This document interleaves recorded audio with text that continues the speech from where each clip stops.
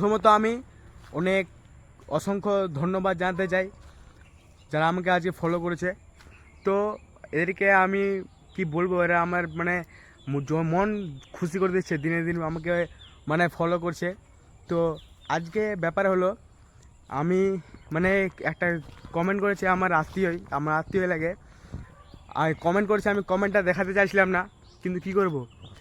জানি সত্যি কথা বললে মানুষের গায়ে লাগে, কিন্তু ওটা আমার ব্যবহার, যে আমি সর্বদা সত্যি কথাই বলি। এখানে কমেন্ট করেছে, বলেছে যে ইনস্টাগ্রামে এগুলা ফালতু ভিডিও আমাকে বলছে।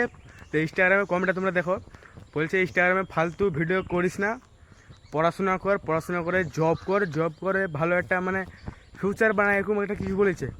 তো প্রথমে আমি আমার দিদিটাকে থ্যাংক ইউ জানাতে চাই, অনেক থ্যাংক ইউ জানাতে চাই, যে কেউ আমার ক্যারিয়ার নিয়ে ভেবেছে,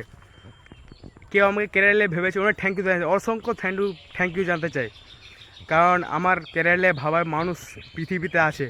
তো দিদিটাকে আমি বলতে চাইবো যে আমি ক্লাস 5 থেকে ইউটিউবার হবার স্বপ্ন দেখছিলাম। আমার স্বপ্ন কোনো জব বা এগুলা সরকারি চাকরি করার ইচ্ছা নাই। সবাই যদি পড়াশোনা করে জব বা সরকারি চাকরি করে, তো ইউটিউবার কে হবে? তার জন্য আমি ক্লাস 5 থেকেই ইউটিউব আর ইনফ্লুয়েন্সারের রাস্তা আমি চলেছিলাম। পড়াশোনা এখন করি, পড়াশোনা আমি ছাড়িনি, পড়াশোনা করতে হয়, ইউটিউবার হলে একটু না একটু পড়াশোনা করতে হয়। তো দিদিটাকে থ্যাংক ইউ জানতে চাইবো যে কমেন্টটা করেছে।